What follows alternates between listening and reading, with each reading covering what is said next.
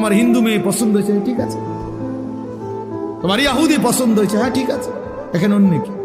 তোমার যেটা ভাল লাগে এটা, তোমার যেটা মন চায় এটা, তোমার পছন্দই তোমার জীবন।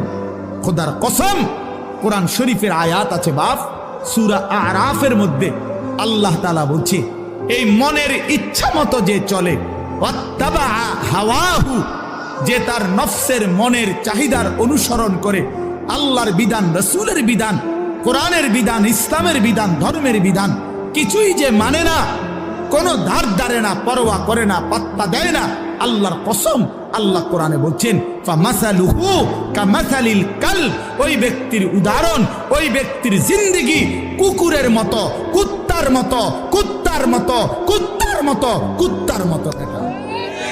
ওই জিন্দেগি কুত্তার জিন্দেগি, ওই জিন্দেগি কুত্তার জিন্দেগি। আমি বললাম কোরআনের আয়াত এটা, যে জীবন